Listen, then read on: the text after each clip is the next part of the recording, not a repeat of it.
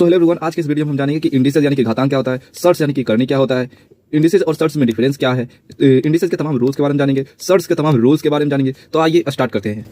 Indices यानी कि घातांक एक प्रकार क्या है, शॉर्टकट है। जब किसी नंबर को आपस में बार बार मल्टीप्लाई करके लिखना हो तो उसे शॉर्ट में डिनोट करने के लिए ही हम इंडिसेस का यूज करते हैं। यानी कि एग्जांपल के लिए अगर हमें 8 को 100 टाइम्स मल्टीप्लाई करके लिखना हो, जैसे 8 into 8 into 8 into 8 into 100 times लिखना है, तो उसे हम शॉर्ट में 8 रेज टू द पावर 100 लिख सकते हैं, जहां पर 100 जो है वो पावर या एक्सपोनेंट यानी कि घात कहलाता है, जबकि जो नीचे में बेस है 8, ये क्या कहलाता है, बेस कहलाता है, या बेस यानी कि आधार कहलाता है। तो इस 8 रेज टू द पावर 100 को ही इंडिसेस यानी कि घातांक कहते हैं। अगर अनदर एग्जांपल की बात करें, जैसे 3 को हमें 50 टाइम्स लिखना है, 3 इंटू 3 इंटू 3 इंटू 3 50 यानी 50 टाइम्स लिखना है, तो उसे शॉर्ट में क्या लिखेंगे, 3 रेज टू द पावर 50। 50 यानी कि जितना बार हमें मल्टीप्लाई करना होता है उसको पावर के रूप में, और जिस नंबर को मल्टीप्लाई करना होता है उन्हें बेस के रूप में लिखते हैं। इस 3 रेज टू द पावर 50 को ही क्या कहेंगे, इंडिसेस यानी कि घातांक कहेंगे। अगर हम जनरल एग्जांपल बात करें, मान लेते हैं कोई नंबर ए है, ए को n बार मल्टीप्लाई किया गया है, तो उसे हम लिख सकते हैं a into a into a into a कितना बार, n बार। तो उसको हम क्या लिखेंगे, n को लिख देंगे पावर के रूप में, a को लिखेंगे बेस के रूप में, यानी कि a raise to the power m, और इस a raise to the power n को ही इंडिसेस यानी कि घातांक कहेंगे।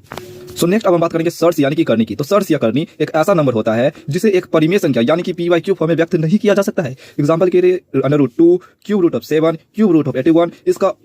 परिमेय रूप संख्या के रूप में वैल्यू निकालना पॉसिबल नहीं है। ये एक इरेशनल नंबर कहलाएंगे, इस तरह के जो नंबर होंगे, क्योंकि इसे हम p/q फॉर्म में नहीं लिख सकते हैं। इसे हम सिर्फ non terminating non repeating decimal के रूप में ही लिख पाएंगे। जैसे कि और समझते हैं इसको, जैसे कि क्यूब रूट ऑफ 216 लिखना है, तो उसको क्यूब रूट ऑफ 216 का वैल्यू जो है 6 लाया जा सकता है। फोर्थ रूट ऑफ 81 को हम 3 लिख सकते हैं, स्क्वायर रूट ऑफ 25 को हम 5 लिख सकते हैं। इसका मतलब है कि ये जो रूट में नंबर है इनका वैल्यू पॉसिबल निकालना है, इसलिए हम इसे करनी नहीं कहेंगे। करनी केवल इस तरह के ही नंबर को कहेंगे जिसका वैल्यू निकालना पॉसिबल नहीं हो।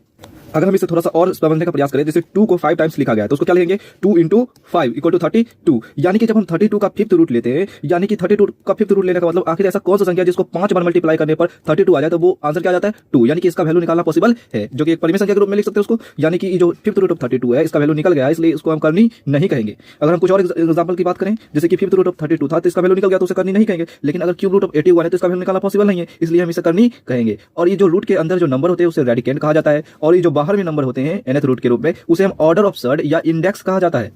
इन शॉर्ट, अगर इंडिसेस यानी कि घातांक और सर्ट्स यानी कि करनी में बेसिक डिफरेंस की बात की जाए, तब किसी नंबर पर कोई नंबर पावर के रूप में लिखा है तो उसे इंडिसेस यानी कि घातांक कहेंगे, और कोई number nth root of a के फॉर्म में लिखा हुआ है तो उसे हम सर्ट्स कहेंगे। हालांकि इसमें एक बात ध्यान देने की जरूरत है कि इसका वैल्यू निकालना अगर पॉसिबल ना हो तभी कहेंगे। सिर्फ nth रूट ऑफ a हो जाने से करनी नहीं कहलाता है, ऐसा होना चाहिए जिसका वैल्यू निकालना पॉसिबल ना हो। सो इसके आगे हम लॉज ऑफ इंडिसेस और लॉज ऑफ सर्ट्स के बारे में भी आज के वीडियो में हम जानेंगे, rules of indices and surds of indices, यानी कि घातांक के नियम और करने के नियम। तो आइए सबसे पहले जानते हैं हम इंडिसेस के रूल। सबसे फर्स्ट लॉ इसका जो है, लॉ या रूल एक ही बात है, a raise to the power m into a raise to the power n, यानी कि ऐसा इंडिसेस जिसको आपस में मल्टीप्लाई किया गया हो, दोनों का बेस सेम है, तब क्या होता है कि बेस कॉमन हो जाता है और उसके ऊपर पावर जो है आपस में ऐड हो जाता है। तो ये हो जाएगा a raise to the power m into a raise to the power n is equal to a raise to the power m plus n। Example के लिए कोई नंबर है 2 रेज टू द पावर 5 एक indices, into 2 raise to the power 3 करना है, तो क्या हो जाएगा, 2 रेज टू द पावर आपस में ऐड हो जाएगा, 5 plus 3 equal to 2 raise to the power 8। Next rule है a raise to the power m divide by a raise to the power n। यहाँ पर बेस इक्वल है, लेकिन अब जो इंडिसेस है वो डिवाइड में है, तब क्या होगा कि a to the power m minus n हो जाएगा। मल्टीप्लाई में पावर ऐड हो जाता है और डिवाइड में पावर सब्ट्रैक्ट हो जाता है। एग्जांपल के लिए 2 raise to the power 5 divide by 2 raise to the power 3 है, तो क्या होगा कि जो पावर है आपस में डिवाइड हो जाएगा, माइनस हो जाएगा, यानी कि 5 माइनस 3 हो जाएगा, यानी कि 2 raise to the power 5 minus 3 यानी कि 2 रेज टू द पावर 2। अब अगर नेक्स्ट अगले रूल की बात करें, a raise to the power m का whole raise to the power n होगा, तब क्या होगा, a raise to the power n का whole raise to the power m भी उसको लिख सकते हैं, और दोनों का मतलब क्या होगा, a raise to the power m into n, यानी कि पावर जो है आपस में मल्टीप्लाई हो जाएगा। अगर एग्जांपल के लिए बात करें, तो जैसे कि 2 रेज टू द पावर 5 का whole raise to the power 3 है, तो क्या होगा, इसको हम 2 रेज टू द पावर 3 का whole raise to the power 5 भी लिख सकते हैं, यानी कि हो जाएगा 2 रेज टू द पावर आपस में मल्टीप्लाई हो जाएगा 3 इंटू 5, यानी कि आंसर हो जाएगा 2 raise to the power 15। Next rule है कि कोई भी नंबर होगा अगर उसके ऊपर पावर 0 होगा, हालांकि a 0 के बराबर नहीं होना चाहिए, तब उसका वैल्यू 1 होता है। एग्जांपल के लिए चाहे कोई नंबर हो -10 पर पावर 0 हो, अंडर रूट अंडर रूट 7 पर पावर 0, क्यूब रूट ऑफ 81 पर पावर 0 हो, उसका वैल्यू 1 आएगा। चाहे 5 रेज टू द पावर 0, चाहे कोई नंबर डेसिमल में हो तब पावर 0 हो, चाहे कोई नंबर फ्रैक्शन में हो तब उसके ऊपर पावर 0, सबका वैल्यू 1 ही आएगा। एक और बात जिसमें लोग अक्सर कंफ्यूज होते हैं, तो a raise to the power m का whole raise to the power n और a raise to the power m raise to the power n दोनों अलग अलग बातें हैं, दोनों इक्वल नहीं है। आइए एग्जांपल से समझते हैं।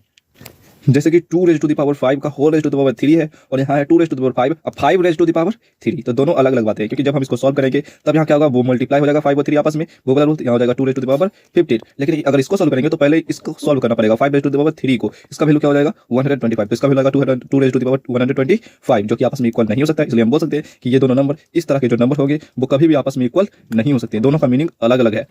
नेक्स्ट रूल है इसका कि अगर तीन नंबर आपस में मल्टीप्लाई हो का whole raise to the power n हो, यानी कि a into B into C का whole raise to the power n हो, तो ये जो पावर n है सबके साथ स्प्लिट हो जाएगा और आपस में नंबर मल्टीप्लाई हो जाएगा, यानी कि a raise to the power n into B raise to the power n into C raise to the power n। उसी तरह अगर डिवाइड में होगा a बाई बी का whole raise to the power n, तो पावर जो है split हो जाएगा, और डिवाइड है तो डिवाइड हो जाएगा। जिस तरह यहाँ मल्टीप्लाई था तो मल्टीप्लाई हो गया, यहाँ पर डिवाइड है तो डिवाइड हो जाएगा, a raise to the power n by B raise to the power n। आइए कुछ एग्जांपल समझते हैं। जैसे कि ये तीन नंबर आपस में मल्टीप्लाई है और का whole raise to the power 4 है, तो 4 क्या होगा, सारे नंबर पर पावर के रूप में स्प्लिट हो जाएगा, तो हो जाएगा क्या 2 raise to the power 4 into 3 raise to the power 4 into 5 raise to the power 4। अगर डिवाइड में बात करें तो 2 बाई 5 का whole raise to the power 4 है, तो ये 4 इसके दोनों के साथ स्प्लिट हो जाएगा, क्या हो जाएगा 2 raise to the power 4 divide by 5 raise to the power 4। अब हम अगर नेक्स्ट रूल की बात करें कि यदि if a raise to the power m equal to a raise to the power n हो, तब क्या होगा, देखिए यहाँ पर बेस इक्वल है, इसलिए पावर भी आपस में इक्वल हो जाएगा, इसलिए क्या हो जाएगा m इक्वल टू n। उसी तरह जैसे बेस इक्वल था तो पावर इक्वल हो गया, तो यहाँ पर क्या a raise to the power m equal to b raise to the power n, यानी कि पावर इक्वल है, तो क्या होगा बेस भी आपस में इक्वल हो, यानी कि a raise to the power m equal to b raise to the power m है, तब क्या हो जाएगा a इक्वल टू b। आइए एग्जांपल से समझते हैं। जैसे कि ये नंबर है 5 raise to the power 4x और 5 raise to the power 3x minus 2, दोनों आपस में इक्वल है, बेस इक्वल, इसका मतलब पावर भी इक्वल हो जाएगा, यानी कि 4x बराबर 3x माइनस 2 हो जाएगा। ठीक, उसी तरह दूसरा एग्जांपल लेते हैं जहां पर जो पावर है वो इक्वल है, 4x इक्वल है, तो बेस भी आपस में इक्वल हो जाएगा, यानी कि 5 इक्वल टू 9x हो जाएगा। नेक्स्ट रूल है कि a raise to the power minus n है और a raise to the power n है, तब जब कोई नंबर नेगेटिव में हो तो वो नीचे जाकर पॉजिटिव में पावर बन जाएगा, और कोई नंबर जिसका पॉजिटिव पावर है तो वो नीचे जाकर नेगेटिव पावर हो जाएगा, यानी कि a raise to the power minus n को हम लिख सकते हैं 1 by a raise to the power n, और a raise to the power n को हम लिख सकते हैं 1 by a raise to the power minus n, यानी कि डिनोमिनेटर न्यूमरेटर पलट जाता है और पावर का साइन भी अपोजिट हो जाता है। जैसे कि a बाई b का whole raise to the power n है, तो a चला गया नीचे, b चला गया ऊपर, और ये जो पावर है वो हो गया नेगेटिव, तो क्या हो गया a बाई b का whole raise to the power n equal to b by a raise to the power minus n, क्योंकि a raise to the power n को लिख सकते हैं हम 1 by a raise to the power minus n, और b power n को लिख सकते हैं b raise to the power minus n, और b बाई a का whole raise to the power minus n, इसको हम लिख सकते हैं। ठीक है, जैसे एग्जांपल के लिए 5 raise to the power minus 3, तो उसको क्या लिखेंगे 1 by 5 raise to the power plus 3, 5 raise to the power plus 3 है तो उसको क्या लिखेंगे 1 by 5 raise to the power minus 3, 5 by 4 का whole raise to the power minus 3 है तो उसको क्या लिखेंगे 4 by 5 whole raise to the power plus 3, 5 by 4 का whole raise to the power plus 3 है तो उसको क्या लिखेंगे 4 बाई 5 का whole raise to the power minus 3।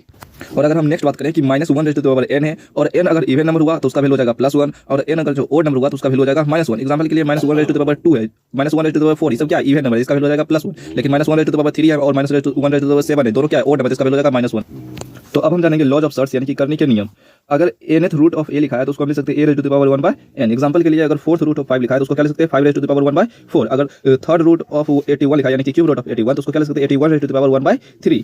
Next example है, नेक्स्ट रूल है कि अगर nth root of a into b लिखा है तो क्या होगा nth रूट दोनों में स्प्लिट हो जाएगा, nth root of a into nth root of b, इसको हम क्या लिख सकते हैं nth रूट ऑफ a को लिख सकते हैं a raise to the power 1 by n, और nth रूट ऑफ b को लिख सकते हैं b raise to the power 1 by n, दोनों आपस में मल्टीप्लाई हो जाएगा तो उसको हम फिर एक साथ लिख सकते हैं a इंटू b का whole raise to the power n। यहाँ पर इंडिसेस का रूल लग जाएगा, जब बेस इक्वल होता है और आपस में सॉरी जब पावर इक्वल होता है और बेस आपस में मल्टीप्लाई हो रहा है तो बेस को आपस में मल्टीप्लाई कर दीजिए और कॉमन जो पावर है उसको ऊपर में लिख दीजिए पावर के रूप में। ठीक है, नेक्स्ट बात करें अगर इसके एग्जांपल की, तो अगर फिफ्थ रूट ऑफ 7 इंटू 5 है तो क्या होगा फिफ्थ रूट जो है 7 और 5 दोनों पर स्प्लिट हो जाएगा, क्या हो जाएगा fifth root of 7 into fifth root of 5, इसको क्या लिख सकते हैं 7 raise to the power 1 by 5 into 5 raise to the power 1 by 5, इसको लिख सकते हैं 7 इंटू 5 का whole raise to the power 1 by 5। Next बात करें अगर हम कि nth root of a by b जो है उसको हम क्या लिख सकते हैं स्प्लिट हो जाएगा दोनों, nth root of a by nth root of, यानी कि इसका आंसर हो जाएगा a बाय b का whole raise to the power 1 by n। अगर एग्जांपल के लिए बात करें कि 8th रूट ऑफ 7 बाय 5 है तो 8th रूट ऑफ जो है वो 7 और 5 दोनों पर स्प्लिट हो जाएगा, 8th root of 7 divide by 8th root of 5 हो जाएगा, इसको हम क्या लिख सकते हैं 7 बाय 5 का whole raise to the power 1 by 8।